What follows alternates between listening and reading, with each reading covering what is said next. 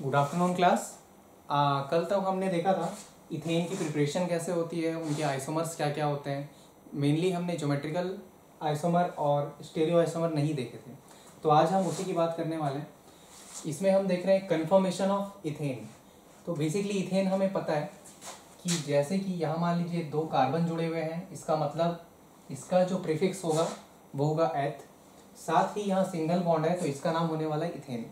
बाकी यहाँ पे जितने भी सब्स्टिट्यूट एटम होंगे वो सारे के सारे होंगे हाइड्रोजन, तो इसे कहा जाता है इथेन। अब देखिए इथेन की जो 3D ज्योमेट्री होती है वो बहुत जगहों में चेंज हो सकती है। फॉर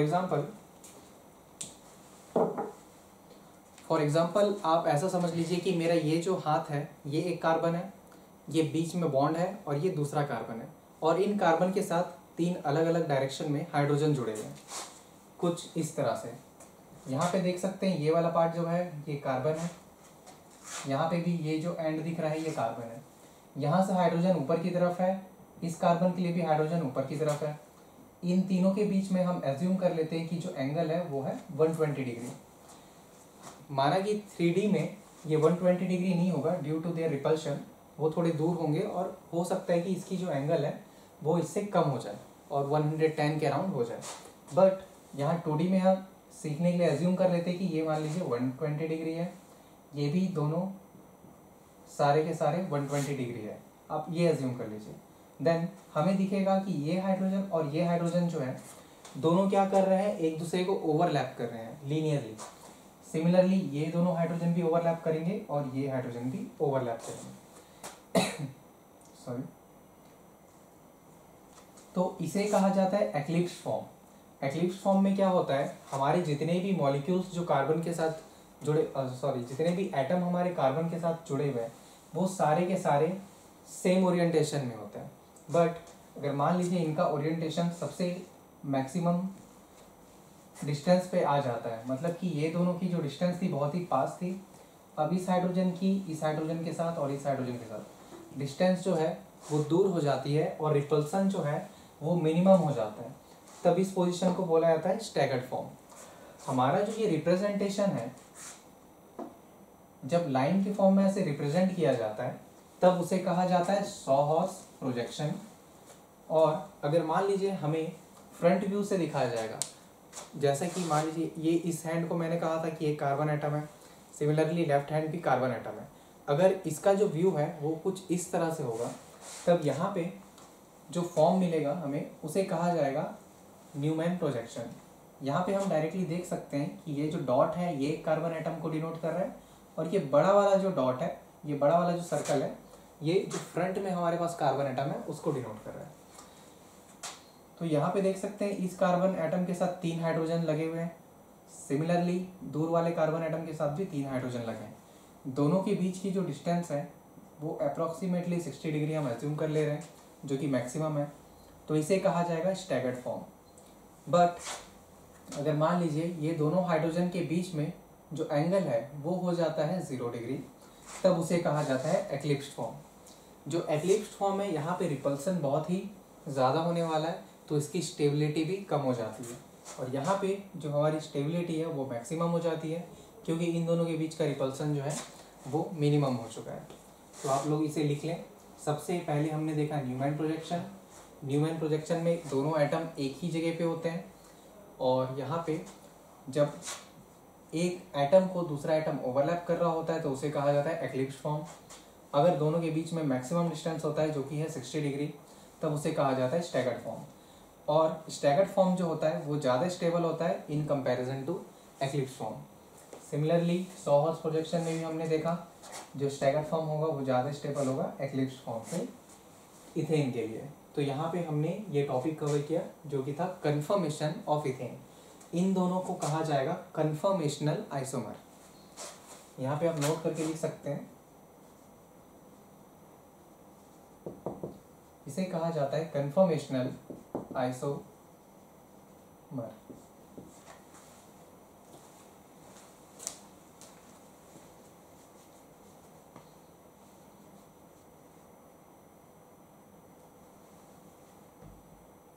तो 5 लोग आए हैं मेरे में। कितने थे आपके में? 1 थे, 5 आ गए हैं। बायो वाले होते हैं। हाँ, मतलब ऐसा लग रहा है ऐसा टाइम में ना बायो वाले के रिक्स नहीं लेना चाहते होंगे, जो कनेक्ट करता होगा वो बोलता होगा कनेक्ट करके छोड़ दे, तो कर देता होगा।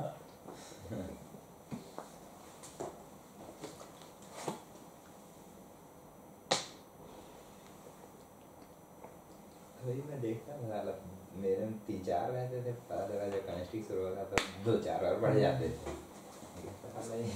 वही बायो वाले स्टूडेंट होंगे तभी यही तो ज़्यादा हो जा रहा है।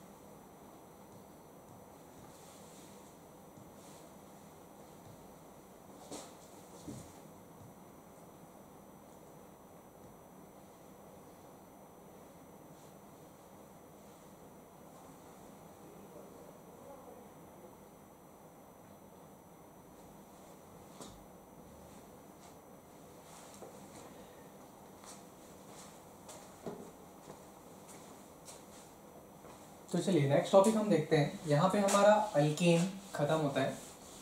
इससे बेसिक ऐसे क्वेश्चन आते हैं कि आपकी स्टेबिलिटी पूछी जाएगी या आइसोमर पूछे जाएंगे। देन हमारा जो नेक्स्ट टॉपिक है वो है अल्कीन।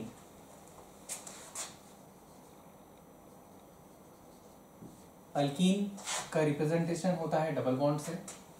इसमें सबसे पहले हम देखते हैं IUPAC नेम। IUPAC नेम में सब हम एज्यूम कर लेते हैं CH3C डबल बॉन्ड C। उसके बाद हाइड्रोजन बैलेंस किया जाता है।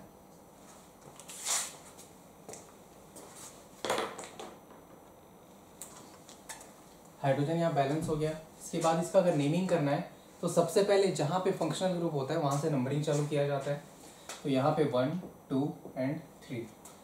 फर्स्ट नंबर ऑफ कार्बन पे हमारा डबल बॉन्ड है, टोटल हमारे पास 3 है, तो इसका प्रीफिक्स हो जाएगा प्रॉप। प्रॉप के बाद फर्स्ट नंबर पे डबल बॉन्ड है तो उसे कहा जाएगा इन, जो कि है फर्स्ट नंबर पे, तो यहाँ पे हम लिख देंगे 1 इन, या फिर इसे 1 प्रोपिन भी लिख सकते हैं। अब देखिए नेक्स्ट एक और एग्जांपल ले लेते हैं।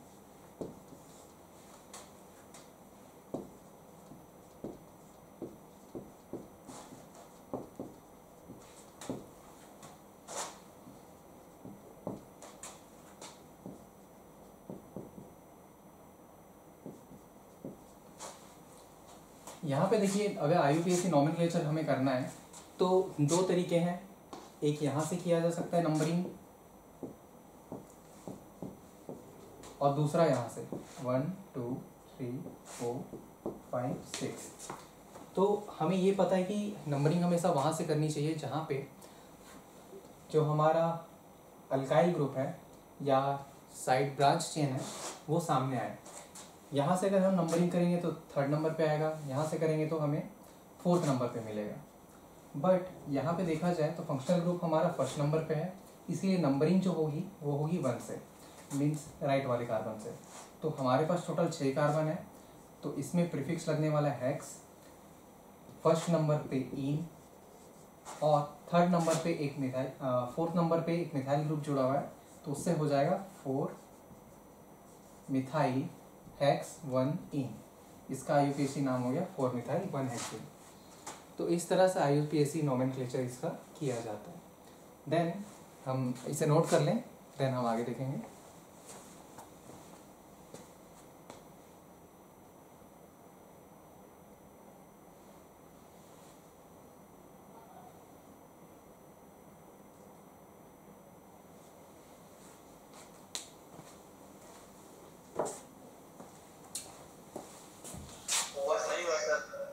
ओके, ये वाला पार्ट हो चुका है। Yes sir. ठीक।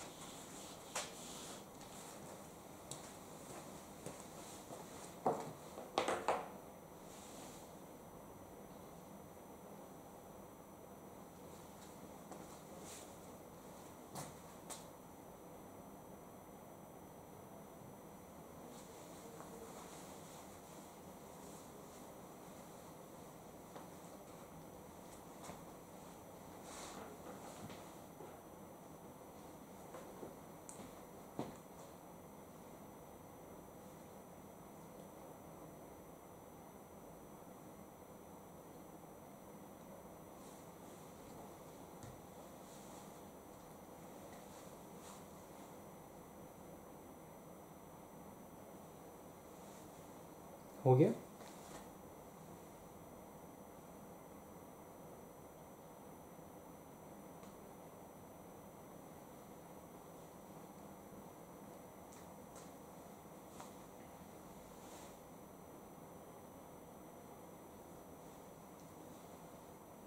चलिए आगे देखते हैं नेचर ऑफ बॉन्ड पे।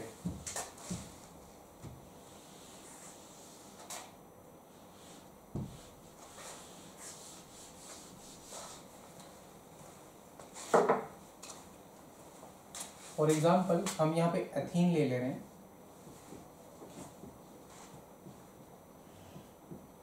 यहाँ पे हमने लिया है एथीन। एथीन में इस कार्बन में टोटल देख सकते हैं first, second and third 3 sigma bond है और एक पाई बॉन्ड है। यहाँ पे भी 1 2 एंड 3 सिग्मा बॉन्ड है और एक पाई बॉन्ड है। Overall total number of sigma bond देखा जाए तो हमारे पास 1 2 3 4 एंड 5। पाई बॉन्ड देखा जाए तो यहाँ पे हमें मिलेगा 1। तो यहाँ से हम ये देख सकते हैं कि इसकी जो हाइब्रिडाइजेशन आएगी वो आएगी sp2। यहाँ पे भी इसकी जो हाइब्रिडाइजेशन आएगी वो आएगी sp2। तो इसका जो शेप होगा वो होगा ट्राइगोनल प्लेनर। इसका भी शेप होगा ट्राइगोनल प्लेनर। तो इस तरह से नेचर ऑफ बॉन्ड में अगर देखा जाए तो सबसे पहले हमने देखा कि दोनों ही कार्बन, दोनों की इलेक्ट्रोनेगेटिविटी सेम है तो इसका डिस्ट्रीब्यूशन इक्वली रहेगा। तो यहाँ पे कोई भी पोलैरिटी जनरेट नहीं होगी। बट अगर मान लीजिए यहाँ पे हाइड्रोजन की जगह क्लोरीन हमने ऐड कर दिया है, तब ये जो बॉन्ड है due to electronegativity of chlorine क्या होगा कि ये जो बॉन्ड है ये हल्का सा शिफ्ट होगा क्लोरीन की तरफ, जिसकी वजह से इस पे पार्शियली नेगेटिव चार्ज क्रिएट हो जाएगा और यहाँ पे पार्शियल पॉजिटिव चार्ज क्रिएट हो जाएगा, जिसकी वजह से ये पूरा का पूरा जो बॉन्ड है वो भी राइट हैंड साइड शिफ्ट होने की कोशिश करेगा। तो इस तरह से यहाँ पे नेचर ऑफ बॉन्ड जो रहता है रोल प्ले करता है। यहाँ पे हल्की सी पोलैरिटी आ जाती है और हमें डायपोल मूवमेंट भी मिलने लगता है। तो ये हमने देखा। फिर इसके बाद हम इसके आइसोमर्स पे बात करने वाले हैं। आप इसे नोट कर ले पहले।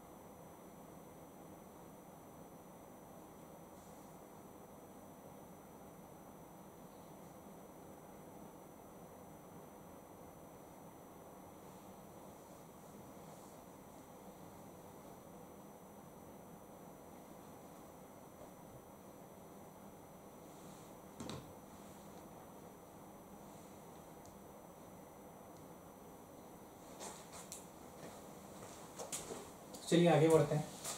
इसके बाद है आइसोमेरिज्म।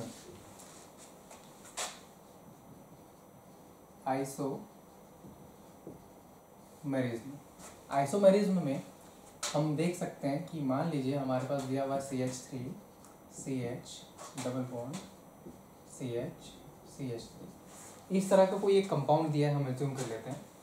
देन इसका अगर आइसोमर बनाना है तो पहला ये हो सकता है कि ये जो डबल बॉन्ड है इसकी पोजीशन चेंज हो जाए, तो हो जाएगा CH2 CH double bond CH2। तो यहाँ पे हम देख सकते हैं कि ये आइसोमर पोजीशन आइसोमर बना रहा है। सिमिलरली अगर मान लीजिए इसकी जो ब्रांच चेन में कन्वर्ट हो जाती है। मतलब कि यहाँ पे हमारे पास टोटल नंबर ऑफ कार्बन जो है लीनियर चेन में 4 है, इसकी जगह पे ये हो सकता है कि हमारे पास यहाँ पे 3 कार्बन का चेन बन जाए। तो इस तरह से ये हो सकता है। यहाँ पे भी देखिए टोटल नंबर ऑफ कार्बन हमारे पास 4 है, टोटल नंबर ऑफ हाइड्रोजन 3 4 5 6 7 8 3 4 5 6 7 8। तो मॉलिक्यूलर फॉर्मूला जो है हमारा दोनों ही सेम है, बट यहाँ पे जो लीनियर चेन में नंबरिंग थी कार्बन की वो चेंज हो गई। पहले 4 थी, अब 3 हो गई। तो यहाँ पे हम सबसे पहले देखें कि हमें पोजीशन आइसोमर मिला, सेकंड हमें मिलता है चेन आइसोमर। तो जनरली हम देख सकते हैं कि जितने भी अल्कीन होते हैं जिसमें कार्बन के नंबर ऑफ एटम जो है वो 4 या 4 से ज़्यादा हो, तब हमें चेन आइसोमर डेफिनेटली मिलेगा और पोजीशन आइसोमर मिलेगा।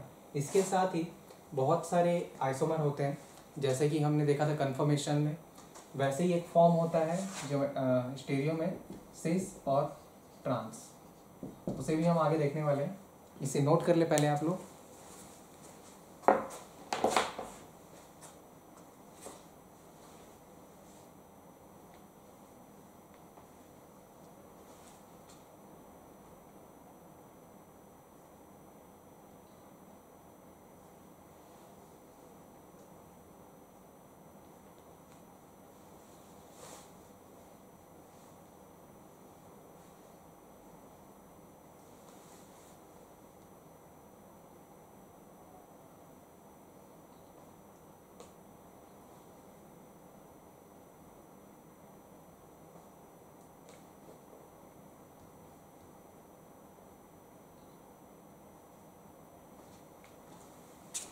आई होप आप लोग का हो चुका होगा। आगे हम देखते हैं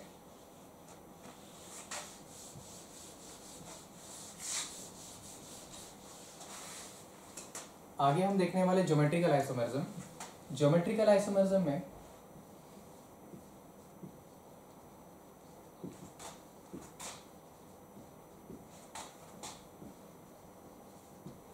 ज्योमेट्रिकल आइसोमर में सबसे पहला कंडीशन ये आता है कि हमारे पास जो यहाँ पे 2 कार्बन एटम प्रेजेंट है, इसके साथ जो अटैच्ड एटम है वो डिफरेंट हो। फॉर एग्जांपल यहाँ पे ए एटम जुड़ा हुआ है, यहाँ पे ए जुड़ा है, यहाँ पे बी है एंड यहाँ पे बी है। अगर मान लीजिए ये इंटरचेंज हो जाते हैं ए और बी, तो हो जाएगा सी डबल बॉन्ड सी, ऊपर की तरफ बी, नीचे की तरफ ए, यहाँ पे हो जाएगा ए, यहाँ पे बी। अब हमको यहाँ पे क्लियरली दिख रहा है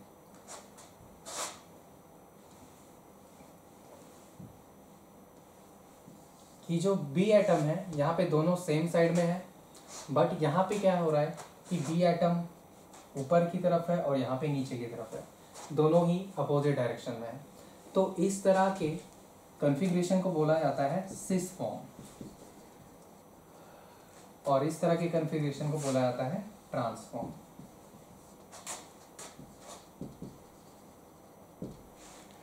जनरली अगर देखा जाए, मान लीजिए कि कोई एक इलेक्ट्रोनेगेटिव एटम है जो कि जिसकी इलेक्ट्रोनेगेटिविटी कार्बन से ज़्यादा है, तो इसकी पोलैरिटी इस डायरेक्शन में होगी। ओवरऑल हम देखें तो इसकी जो डायपोल मोमेंट होगी वो उसका रिजल्टेंट हमें इस डायरेक्शन में मिलेगा। तो एट द एंड हमें इसका डायपोल मोमेंट कोई एक पॉजिटिव वैल्यू मिलने वाली है। बट यहाँ पे देखा जाए तो इसका जो डायपोल मोमेंट होगा वो इस डायरेक्शन में होगा और इसका डायपोल मोमेंट इस डायरेक्शन में। दोनों के बीच जो एंगल है वो ओवरऑल 180 डिग्री है, और सेम एटम के होने की वजह से दोनों की वैल्यू भी मैग्नीट्यूड में सेम होगी। तो यहाँ पे जो डायपोल मोमेंट मिलेगा उसकी वैल्यू हमेशा 0 होगी। यहाँ पे हमने देखा अभी कि एक होता है सिस फॉर्म, जहाँ पे अटैच्ड एटम जो होते हैं वो सेम डायरेक्शन में होते हैं, और ट्रांसफॉर्म जहाँ पे अटैच्ड एटम दोनों अपोजिट डायरेक्शन में होते हैं। देन इसकी जो डायपोल मोमेंट हमें मिलती है वो मिलती है 0, और इसकी डायपोल मोमेंट हमें मिलती है कोई भी एक पॉजिटिव वैल्यू। देन अगर बॉइलिंग पॉइंट की बात की जाए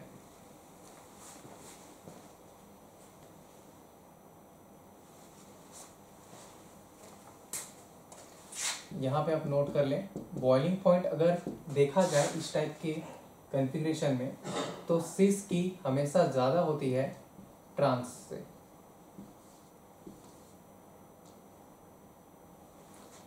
तो ये आप नोट कर लें, देन हम आगे देखेंगे।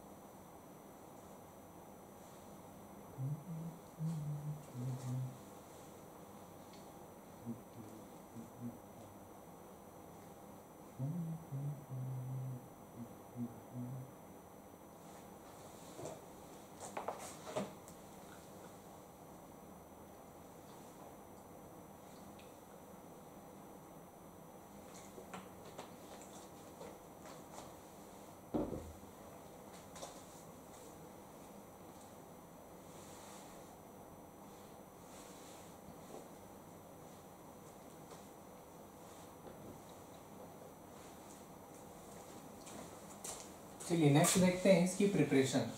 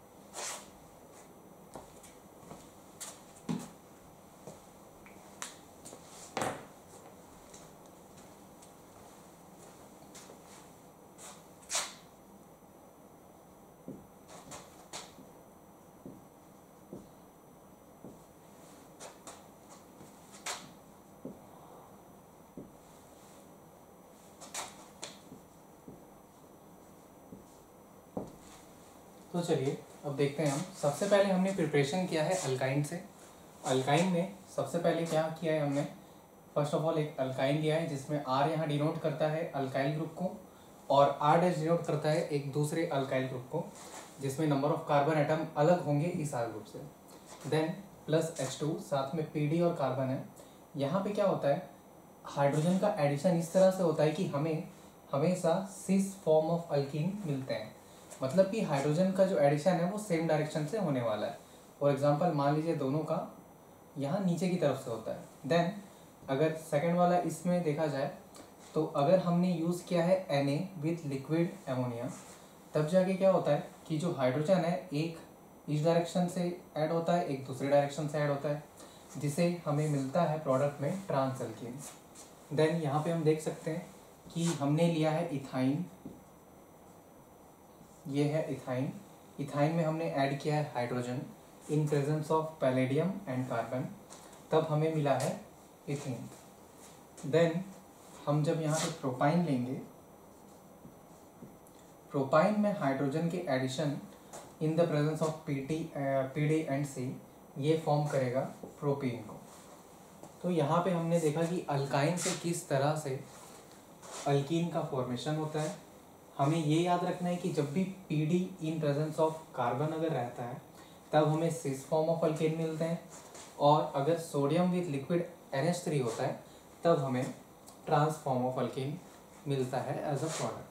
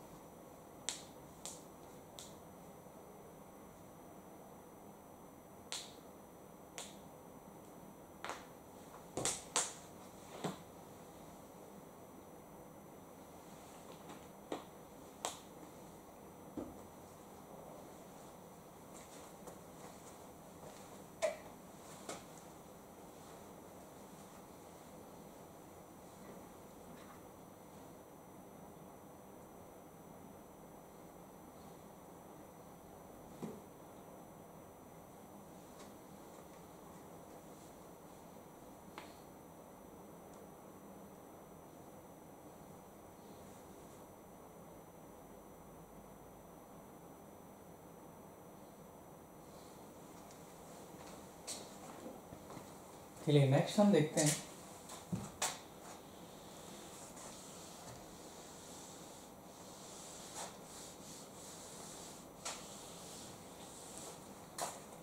नेक्स्ट हमारा प्रिपरेशन है from alkyl halide. Alkyl halide, एक सेकेंड। फ्रॉम अल्काइल हैलाइड, तो अल्काइल हैलाइड में फॉर एग्जांपल हमने लिया CH3 CBr, यहाँ पे H, देन CH3, देन आगे देखें in presence of alcoholic KOH, और थोड़ा गर्म किया जाता है तो हमें मिलेगा CCH डबल बॉन्ड CH2। तो यहाँ पे हम देखते हैं अगर मान लीजिए हम कोई 2 डिग्री हैलोजन लेते हैं तो उसे एल्कोहलिक KOH के प्रेजेंस में अगर हीट दिया जाता है तब क्या होता है, यहाँ से Br निकलता है और यहाँ से H एक निकल जाता है, जिसकी वजह से यहाँ पे नेगेटिव आयन बनता है, यहाँ पे पॉजिटिव आयन बनता है, और ये दोनों मिलके आपस में बॉन्ड फॉर्म कर लेते हैं, तो हमें यहाँ पे मिलता है अल्कीन। तो इस तरह से अल्काइल हैलाइड, जब भी हमारे पास एक हैलाइड होगा 1 डिग्री हैलाइड, तब उसे हम इस तरह से अल्कीन बना सकते हैं। हमें सिंपली यहाँ पे क्या करना है, एल्कोहलिक KOH डालना है और साथ ही थोड़ा सा उसे गर्म करना है। इसके हेल्प से यहाँ पे हमें जो मिलता है एज अ प्रोडक्ट वो होता है अल्कीन। यहाँ पे हमने लिया था 2 ब्रोमो प्रोपेन, तो हमें यहाँ पे प्रोडक्ट में मिल रहा है prop1ene। तो हमने देखा किस तरह से किसी हैलाइड से अल्कीन बनता है। देन आप लोग इसे सॉल्व करें, CH3 CH2 CH3।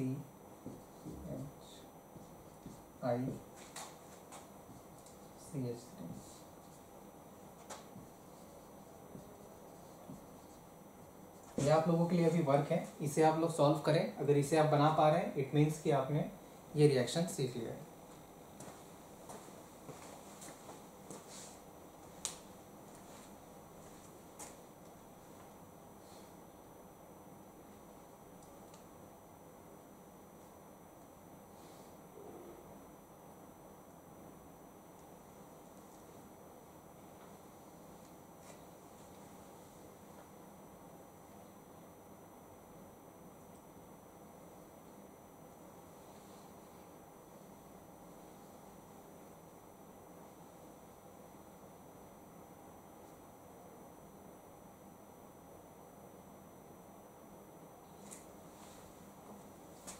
चलिए आगे इसका आंसर देखते हैं हम।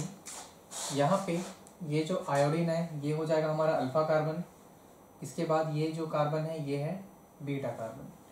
अगर यहाँ से आई निकल रहा है तो बीटा कार्बन से एक हाइड्रोजन निकलेगा, तो हमें वो फॉर्म करके देगा। सबसे पहले इसे नोट कर लेते हैं, CH3 then CH2 then CH then single bond CH2। यहाँ से पॉजिटिव निकला मीन्स हमें पॉजिटिव कार्बन मिल रहा है, यहाँ पे हमें नेगेटिव कार्बन मिल रहा है। इन दोनों को मिला के यहाँ पे एक बॉन्ड का फॉर्मेशन हो जाएगा। तो इस तरह से हमें ये कंपाउंड मिलता है। देन आगे हम देखते हैं किसी भी विसिनल डाइहाइलाइड से हमें कैसे मिलेगा। ये सेकंड था, अभी इसे फ्रॉम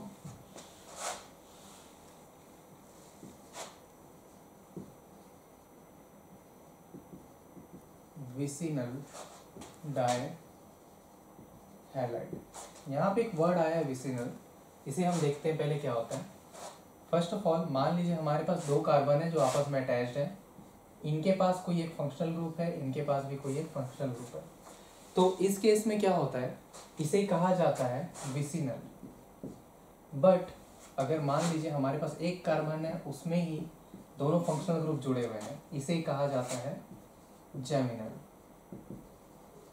इसका शॉर्ट फॉर्म होता है जेम और विसिनल का शॉर्ट फॉर्म होता है विस। तो हम अभी देखने वाले हैं विसिनल डाइहाइलाइड से किस तरह से अल्कीन प्रिपेयर किया जाता है। तो यहाँ पे हम देखेंगे CH3 CHBr CH2 Br। हमें सिंपली इसमें क्या करना है, जिंक डाल देना है। देन हमारे पास CH3 CH double bond CH2 का फॉर्मेशन हो जाएगा। तो इस तरह से यहाँ पे ये फॉर्म करता है। विसिनल डाइहाइलाइड में हमें डायरेक्टली जिंक डाल देना है, जिसकी वजह से वो क्या करेगा, Br को लेके चला जाएगा और बाय प्रोडक्ट में बनाएगा ZnBr2। और हमें एज अ मेन प्रोडक्ट जो हमें चाहिए था, जो ईल्ड चाहिए थी, वो हो जाएगी प्रोपेन की। तो ये रहा रिएक्शन विसिनल डाइहाइलाइड का। नेक्स्ट हम इसे नोट कर लें, उसके बाद लिखेंगे।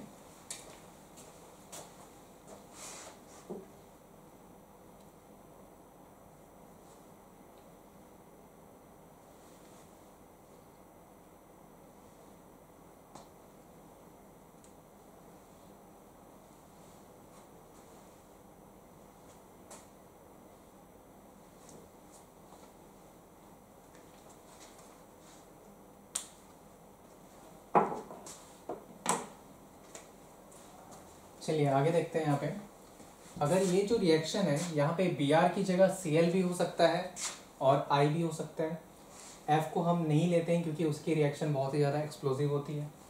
तो यहाँ पे आप देखें, अगर Br की जगह मान लीजिए Cl आ जाता है या फिर I आ जाता है, तो इस केस में किसका रेट ज़्यादा होगा, रेट ऑफ रिएक्शन ज़्यादा उसका होगा जो कार्बोकैटायन की यहाँ पे मीन्स ये रिएक्शन और उसके पहले वाले रिएक्शन में जो उसकी स्टेबिलिटी को बढ़ाएगा, मतलब जिसके निकलने से उसकी स्टेबिलिटी बढ़ रही है, तो उसका यहाँ पे ओवरऑल रेट ऑफ रिएक्शन क्या हो जाएगा, बढ़ जाएगा।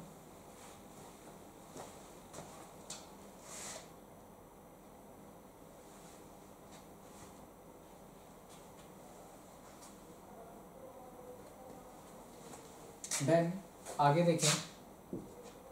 देखें तो यहाँ पे मान लीजिए एक होता है 3 डिग्री कार्बन, एक होता है 2 डिग्री और एक 1 डिग्री।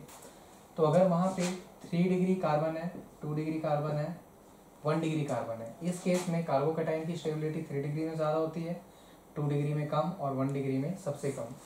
इस वजह से हमारा जो रेट ऑफ रिएक्शन है 3 डिग्री के लिए ज़्यादा हो जाएगा, फिर 2 डिग्री के लिए, और सबसे कम हो जाएगी 1 डिग्री के लिए।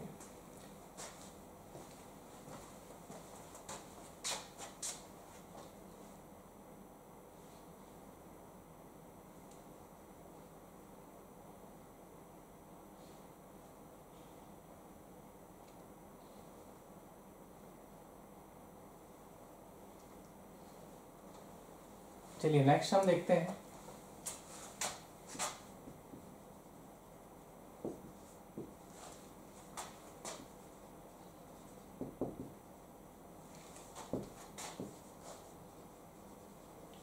From dehydration of alcohol. तो हम यह एज्यूम कर लेते कि हमने लिया है CH3 CH2 CH2OH। तो कोई भी आप एल्कोहल ले लीजिए, उसमें आप H2SO4 जब ऐड करते हैं तब क्या होता है कि यहाँ से जो OH ग्रुप है और यहाँ से जो H ग्रुप है, ये दोनों साथ में लीव कर जाते हैं। लीव करने के बाद बाय प्रोडक्ट में ये वाटर फॉर्म करते हैं, और साथ ही H+ के जाने से यहाँ पे फॉर्म होता है नेगेटिव आयन का फॉर्मेशन। देन यहाँ OH के जाने से यहाँ बनता है पॉजिटिव आयन। देन नेगेटिव और पॉजिटिव दोनों मिलके यहाँ पे डबल बॉन्ड का फॉर्मेशन कर देते हैं। तो CH3CH डबल बॉन्ड CH2, इस तरह से यहाँ पे हमारा जो प्रोडक्ट हमें चाहिए था वो मिल जाता है, और बाय प्रोडक्ट हमें मिलता है वाटर। इसे हीट भी किया जाता है। हम फिर से देख लेते हैं डिहाइड्रेशन ऑफ एल्कोहल। अगर मान लीजिए हमारे पास कोई भी एल्कोहल है 1 डिग्री 2 डिग्री या 3 डिग्री, यहाँ पे भी सेम केस होगा। 3 डिग्री एल्कोहल के लिए रेट ऑफ रिएक्शन ज़्यादा होगा 2 डिग्री के कंपैरिजन में, और 2 डिग्री से ज़्यादा 2 डिग्री से कम 1 डिग्री की होगी। तो यहाँ पे जब एल्कोहल में हम H2SO4 डालते हैं और साथ ही उसे हीट किया जाता है, तब यहाँ पे OH और H दोनों अल्फा बीटा कार्बन से लीव कर जाते हैं, और यहाँ पे डबल बॉन्ड का फॉर्मेशन हो जाता है, जिससे हमें एज अ प्रोडक्ट अल्कीन मिलता है।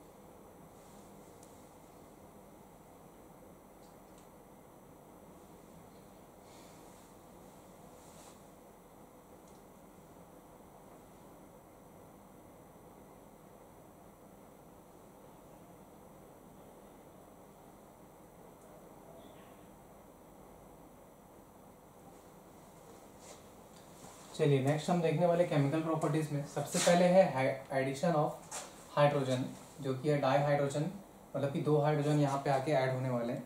तो इसे हम देखते हैं। सबसे पहले हमने लिया है इथीन। इथीन में H2 in the presence of PD, PT या Ni, पैलेडियम, प्लेटिनम या फिर निकल, इनके प्रेजेंस में हाइड्रोजन गैस अगर इनसे पास कराया जाता है तो वो डायरेक्टली फॉर्म कर देता है इथेन का।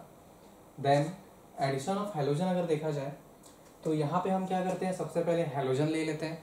हेलोजन यहाँ Cl2 हो सकता है, Br2 भी हो सकता है और I2 भी हो सकता है। इन तीनों में से आप कुछ भी ले लें। देन यहाँ पे CCl4 होता है जो कार्बिन का फॉर्मेशन करता है, जो कि इसे फ्री रेडिकल में ब्रेक करने के काम आता है। तो ये फ्री रेडिकल में अगर ब्रेक हो जाता है तो ये भी फ्री रेडिकल में ब्रेक होता है। देन वो दोनों जाते हैं इस पे अटैक करने के लिए, अटैक करके यहाँ पे जुड़ जाता है दोनों सेम टाइप ऑफ एटम। यहाँ पे कोई भी कार्बोकैटायन या कार्बो आयन का फॉर्मेशन नहीं होता है। Then addition of hydrogen halide अगर देखें तो इसमें 2 तरीके से एडिशन हो सकता है। पहला होता है मार्कोनिकॉफ रूल के अकॉर्डिंगली, मार्कोनिकॉफ रूल, और सेकेंड होता है एंटी मार्कोनिकॉफ रूल।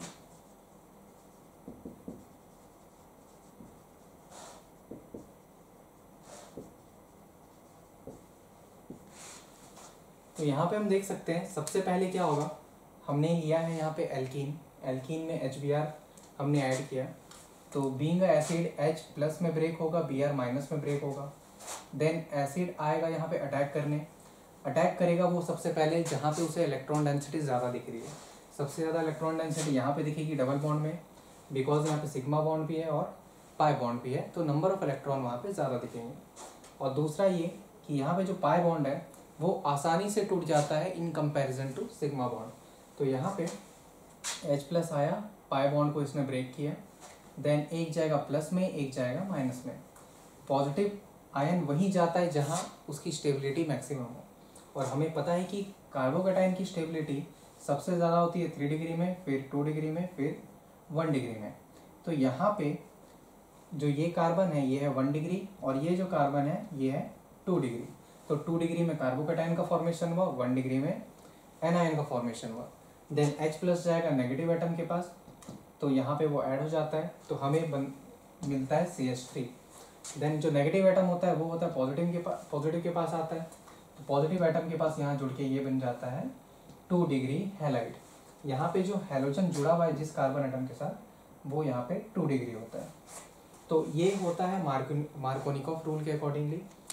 बट अगर हमें मान लिया जाए कि हमने यहाँ पे लिया है हाइड्रोजन हैलाइड साथ ही H2O2। H2O2 को कहा जाता है हाइड्रोजन पेरोक्साइड।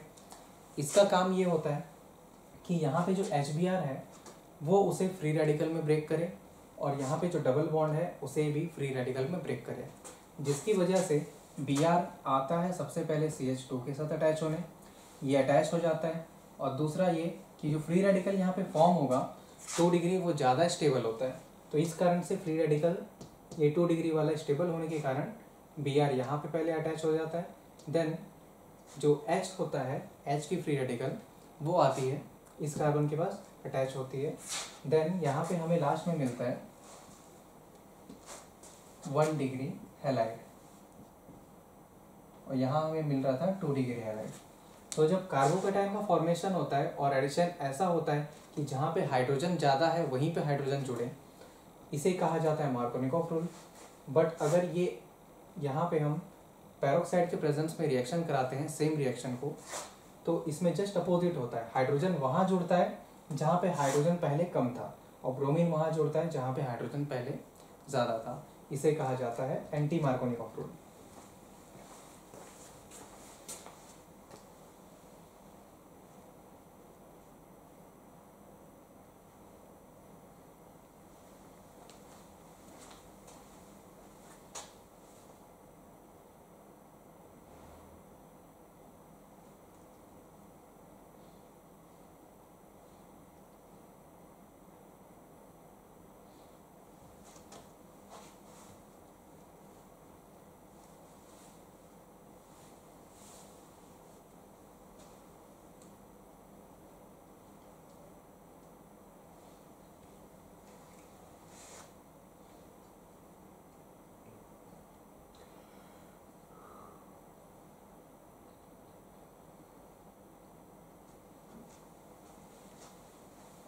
देन नेक्स्ट हम देखते हैं एडिशन ऑफ H2SO4।